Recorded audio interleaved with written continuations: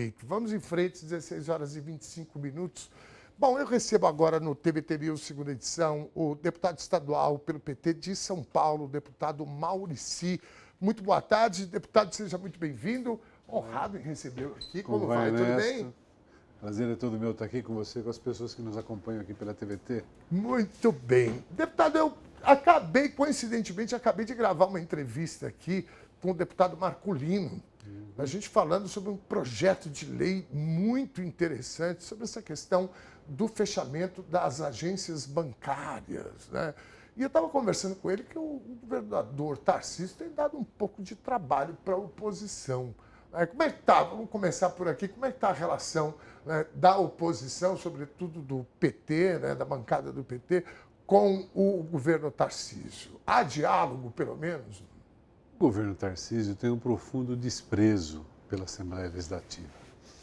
Se vocês repararem, ele foi eleito, e ele de alguma maneira se jacta disso, sem apoio de prefeitos, prefeitas, deputados ou deputadas. Na verdade, bastou a ele o carimbo do Bolsonaro, vocês se lembram disso, né? Nem o endereço dele em São José dos Campos ele lembrava direito. Pois é, ele veio para cá meio que sem nenhum compromisso. Não teve que assumir compromisso nem com a classe política, nem com a sociedade, nem com a população. Então ele nutre esse profundo desprezo que se manifesta na relação com os deputados. O que ele veta de projetos que o plenário da Assembleia aprovou, e aí quando é o plenário que aprova, você não está, ao vetar, você não está só se contrapondo ao autor do projeto ou ao partido que ele representa, mas ao conjunto dos deputados da Assembleia. Né?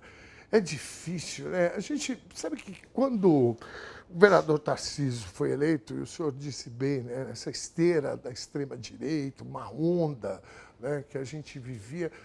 Eu tive a oportunidade de entrevistar vários especialistas de diversas áreas, a educação, segurança pública, saúde pública, e era impressionante a previsão, e sem nenhuma carga partidária, de cores partidárias, especialistas da área mesmo, estava todo mundo muito preocupado com o que viria.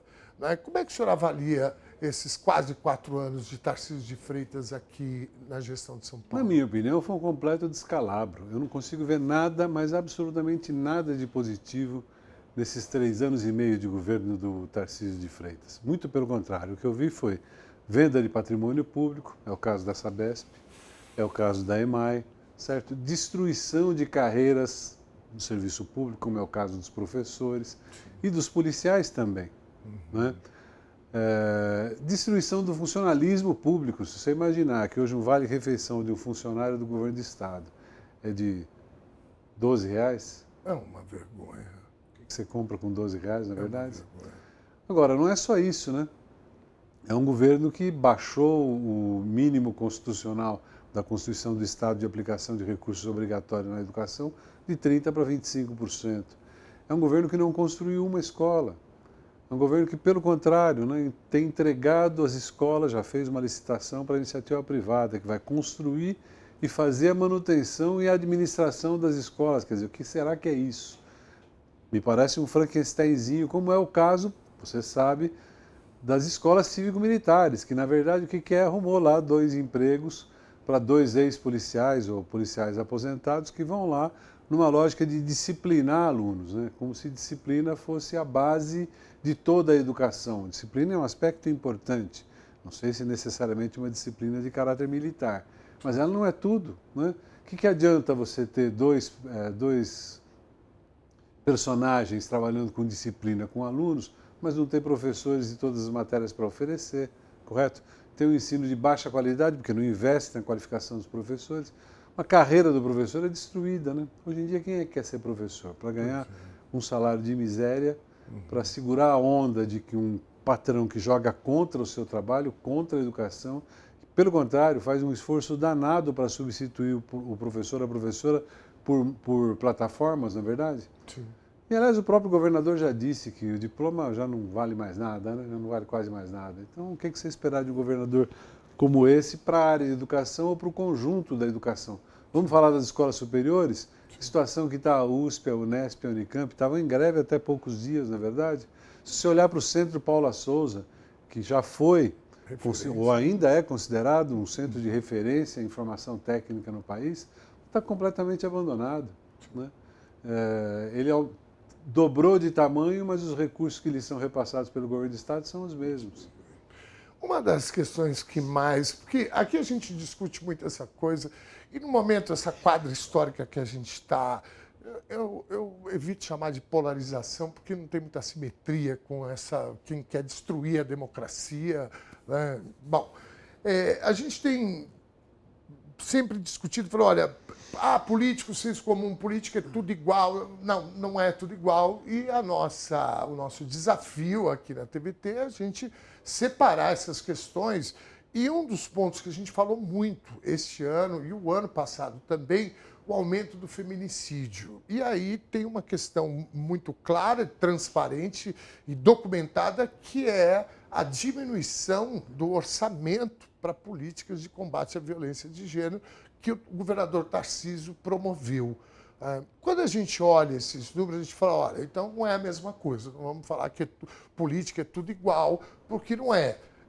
Eu tive agora vendo, inclusive, alguns cortes de entrevistas que o professor Fernando Haddad fez, e ele fala sobre isso, e ele mostra, inclusive, no debate, né, ele faz uma provocação que o então candidato Tarcísio de Freitas ao governo do Estado faria em relação à violência contra a mulher.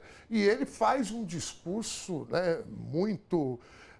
empolgado de que, né, os criminosos seriam punidos, que teria defesa da mulher e etc. Não foi isso que a gente viu, né? E quando eu digo na prática, é inclusive documentado como a questão do orçamento. Como é que está esse debate hoje? Porque a gente vive, deputado, já de alguns anos, né, esse fenômeno das redes sociais, a distribuição de fake news em indústria, aliás, em escala industrial, né, do ódio e deformando um pouco a realidade no senso comum.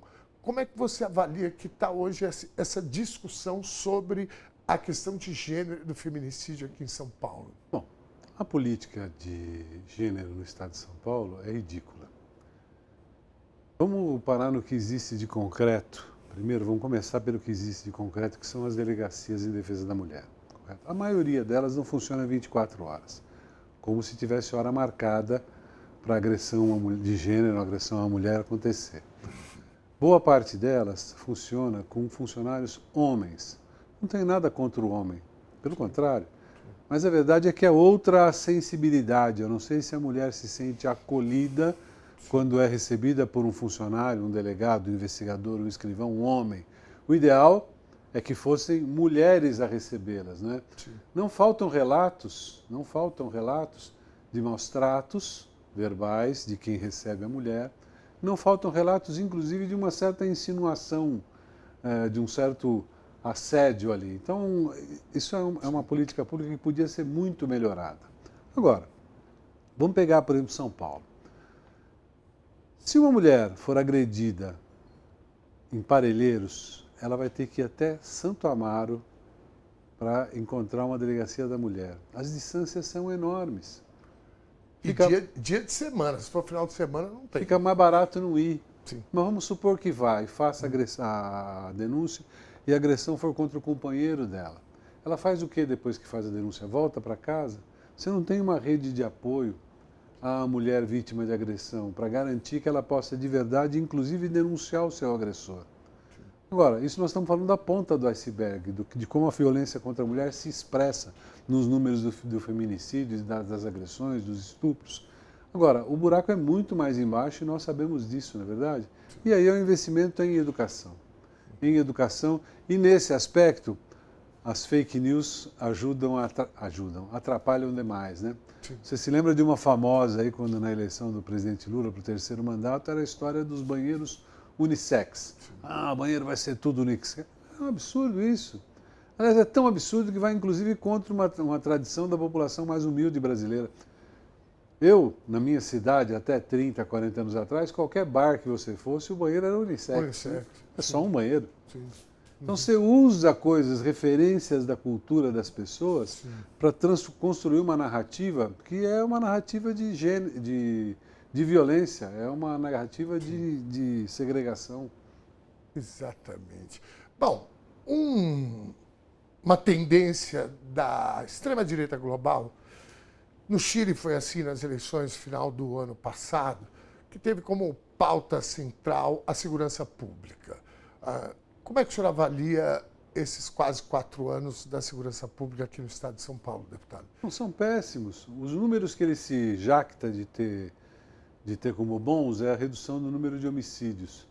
Mas isso não me parece produto de um trabalho policial, me parece mais um produto de uma certa conivência, digamos assim, com o crime. Pacificação. Exato. Então, olha, não faz isso, mas aquilo lá, vamos indo.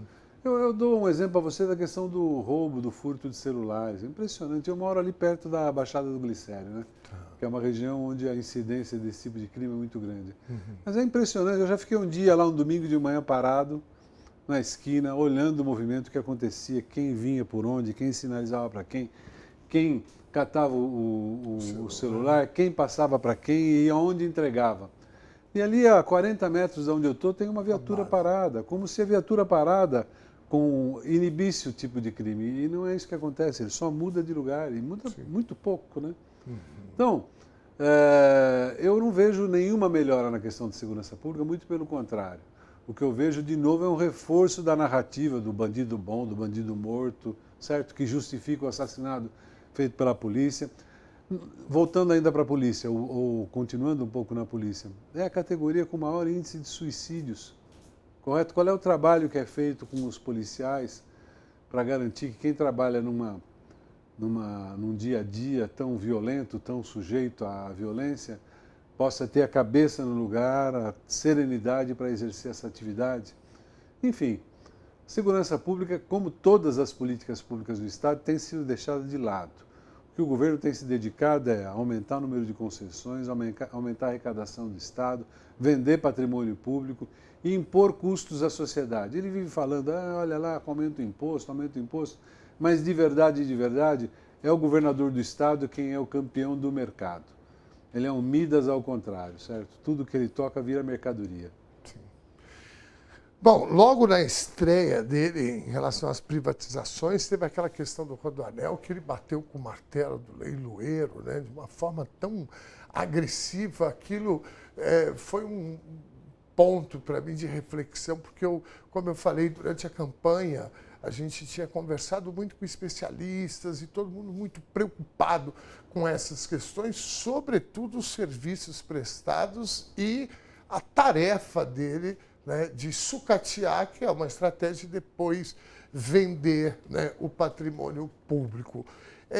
Nós tivemos uma situação agora sobre essa nova modalidade de pedágio, free flow, que ele recuou prometendo que voltaria, né, assim que terminasse as eleições.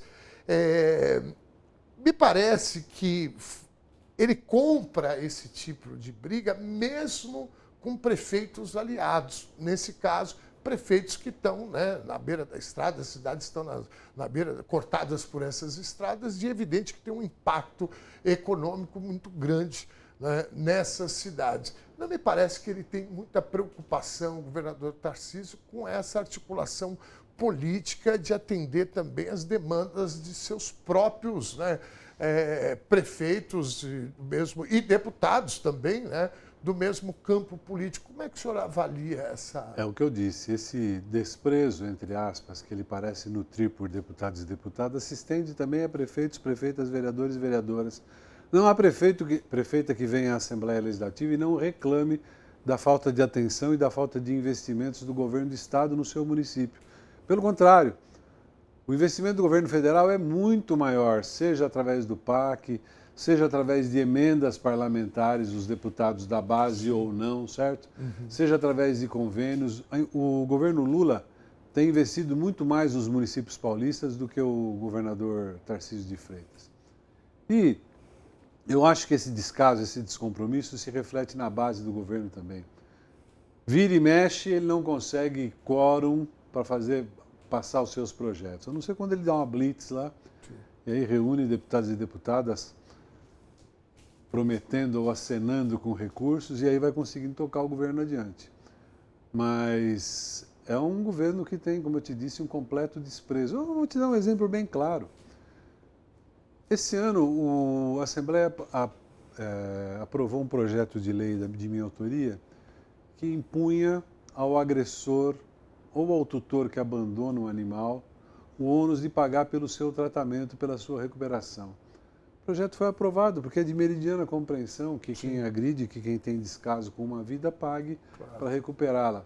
O projeto foi votado e aprovado na Assembleia Legislativa e foi vetado pelo governador. Quer dizer, o que leva o governador a vetar uma medida como essa, percebe? Sim. Parece que é uma queda de braço absurda com o Legislativo. Muito bem. Deputado, nós já estamos chegando no processo eleitoral que eu avalio como a grande festa da democracia, que é o momento que a sociedade escolhe, né, os seus representantes no Legislativo, no Executivo. Como é que o senhor faria um balanço do seu mandato nesses últimos quase 4 anos? Né? Como é que o senhor avalia, né, mediante toda essa configuração política que o senhor colocou, a relação com o governador, como é que o senhor avalia os seus quase 4 anos desse último mandato? Bom, primeiro assim, como um deputado de oposição, recuperando uma fala do meu avô aí, quem tem a chave de fenda aperta, quem tem a rosca segura. Nós somos uma oposição, a chave de fenda está com o governo, nós temos que o quê? Resistir.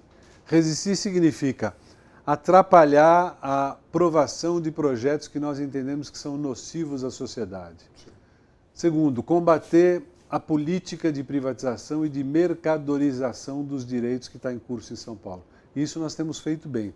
Essa função fiscalizatória eu acho que a gente tem feito muito bem, tanto na Assembleia Legislativa quanto no Judiciário e junto ao Ministério Público, mas também na mobilização das comunidades que estão sofrendo por esse ou por aquela iniciativa do governo.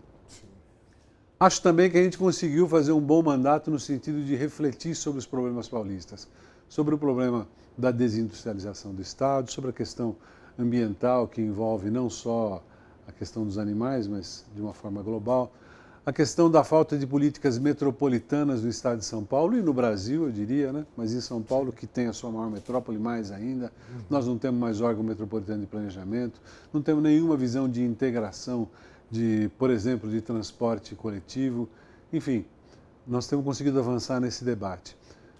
Também temos conseguido algumas iniciativas que eu acho bem bacanas, como, por exemplo, o concurso para distribuição das emendas parlamentares. Emendas parlamentares que, na minha opinião, de alguma forma são uma excrescência, porque, na verdade, é você sequestrar a execução orçamentária, que é típica, que é do Poder Executivo, e trazer isso para o Poder Legislativo.